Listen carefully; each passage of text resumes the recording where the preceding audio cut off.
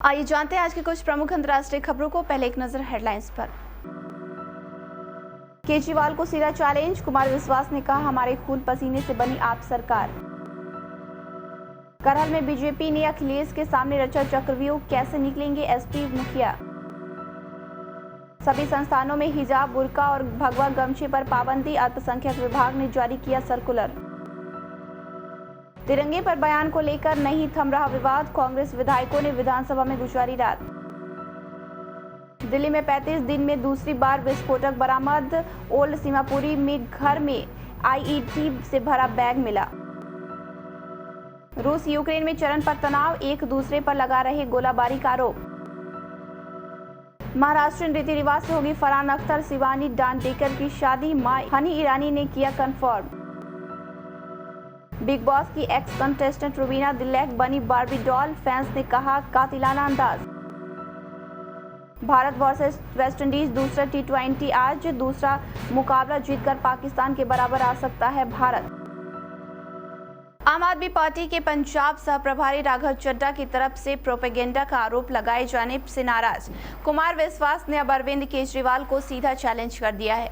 मशहूर कवि ने गुरुवार को कहा, अगर औकात है तो आप भी सामान लेकर आइए, हम भी सामान लेकर पेश करते हैं। देश को पता चले कि तुम क्या कहते थे, क्या सुनते थे, तुम्हारे मैसेज क्या है, तुमने क्या बोला है, पता तो चले इस देश को। आ जाए एक दिन किसी भी चैनल पर आ जाए या किसी भी चौराहे पर। दरअसल मोहाली में आपके पंजाब सह प्रभारी राघव चड्ढा ने गुरुवार सुबह कुमार विश्वास के उस वीडियो पर सवाल खड़े किए हैं जिसमें कुमार ने कहा कि केजरीवाल खालिस्तान समर्थक है।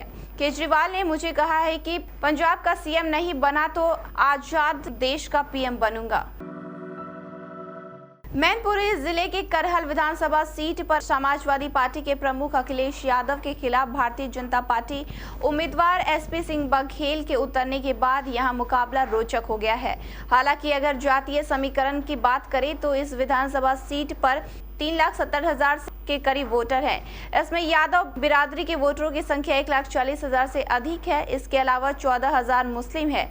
अन्य जातियों जिनमें ठाकुर, ब्राह्मण, शाक्य आदि वोटरों की कुल संख्या 1.5 लाख से ज्यादा है। बीजेपी ने इस सीट पर अखिलेश को घेरने के लिए चक्रव्यूह की रचना कर दी है। सीएम योगी आदित्यनाथ से लेकर गृह मंत्री अमित शाह यहां 2 बार रैली कर चुके हैं।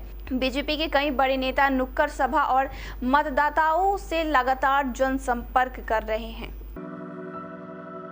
कर्नाटक अल्पसंख्यक विभाग ने अगले आदेश तक स्कूलों के छात्रों को कक्षाओं के अंदर हिजाब, भगवा गमछे, स्कार्फ और किसी तरह के धार्मिक झंडे, अन्य धार्मिक प्रतीक चिन्ह वाले कपड़े आदि पहनने पर रोक लगा दी है। राज्य अल्पसंख्यक विभाग ने गुरुवार देर शाम इस संबंध में सर्कुलर भी जारी कर दिया है। कर्नाटक हाई कोर्ट के अंतरिम आदेश के आधार पर सभी शिक्षण संस्थानों में हिजाब, बुर्का, भगवा गमछे पर पाबंदी लगा दी गई है। कर्नाटक अल्पसंख्यक विभाग ने अपने सर्कुलर में सरकार और अन्य सभी हितधारकों से स्कूल, कॉलेज और सभी शिक्षण संस्थान खोलने और कक्षाओं को शुरू करने की अपील की है। कर्नाटक के ग्रामीण विकास एवं पंचायत राज मंत्री के.एस. ईश्वरप्पा के तिरंगे पर बयान को लेकर राज्य में घमासान जारी है। ईश्वरप्पा को बर्खास्त करने और राष्ट्रीय ध्वज पर अपने बयान के लिए देशद्रोह का मामला दर्ज करने की मांग कर रहे कांग्रेस विधायकों ने गुरुवार को विधानसभा में रात गुजारी। ईश्वरप्पा ने हाल ही में दावा किया था कि भगवा ध्वज भविष्य में राष्ट्रीय ध्वज बन सकता है। कर्नाटक विधानसभा में कांग्रेस विधायकों ने रात गुजारी। इसका वीडियो सामने आया है जिसमें कई विधायक गद्दे और तकियों का प्रबंध करते नजर आ रहे हैं। साथ ही कुछ विधायक सदन की लॉबी में गद्दे बिछाकर लेटे हुए दिखे। राज्य मंत्री के.एस. ईश्वरप्पा के भगवा वाले बयान को लेकर उनके इस्तीफे की मांग को लेकर कांग्रेस विधायकों ने यह कदम उठाया है। दिल्ली के ओल्ड सीमापुरी इलाके में गुरुवार को एक घर में इम्प्रोवाइज्ड एक्सप्लोसिव डिवाइस से भरा बैग मिला। इसके बाद पूरे इलाके में सनसनी फैल गई। मामले की जानकारी मिलने के बाद बम स्क्वाड और स्क्वाड नेशनल सिक्योरिटी गार्ड घटनास्थल पर पहुंची। हालांकि समय रहते 2.5 से 3 किलो वजन आईईडी को डिफ्यूज कर दिया गया। नेशनल सिक्योरिटी गार्ड के सूत्रों ने बताया कि मामले में घर के मालिक और एक प्रॉपर्टी डीलर से पूछताछ की जा रही है। विस्फोटक में अमोनियम नाइट्रेट और आरडीएक्स का मिश्रण होने की आशंका है। फॉरेंसिक लैब में इसकी पूरी जांच की जाएगी। इसके बाद नेशनल सेल की टीम मौके पर पहुंची। एनएसजी के अधिकारी और फॉरेंसिक साइंस लेबोरेटरी की टीम भी गई है। अधिकारियों ने कहा कि जब हमारी टीम घर आई तो खाली था, वहां एक बैग मिला। हमने तुरंत एनएसजी को इसकी जानकारी दी।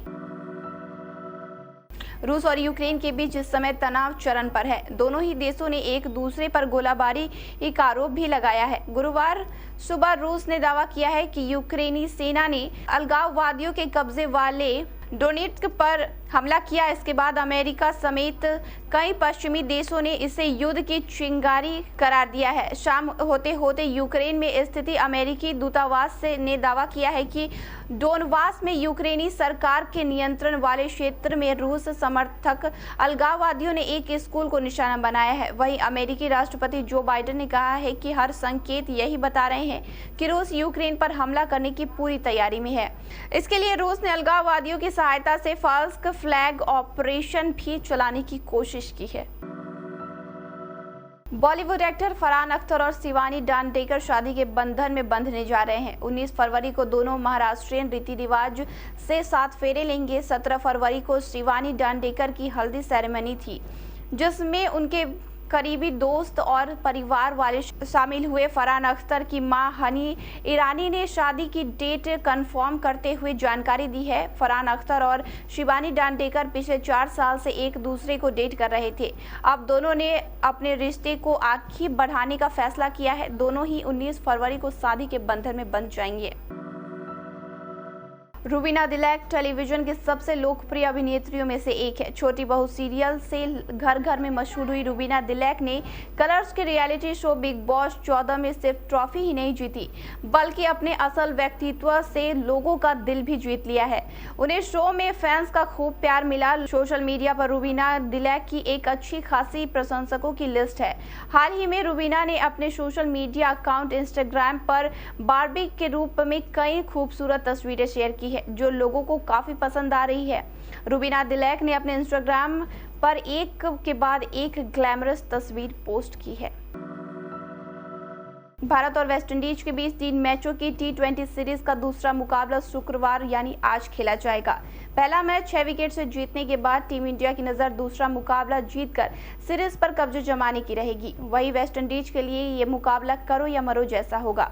भारतीय टीम ने लगातार 7 T20 मैच जीत चुकी है। टीम अगर वेस्टइंडीज के खिलाफ दूसरा मुकाबला भी जीत जाती है तो इस फॉर्मेट में मैन इन ब्लू की ये लगातार 8वीं जीत होगी। T20 इंटरनेशनल में लगातार सबसे ज्यादा मैच जीतने का वर्ल्ड रिकॉर्ड अफगानिस्तान के नाम दर्ज है। अफगान टीम के अलावा एसोसिएट टीम रोमानिया ने भी लगातार 12 मैच जीते हैं।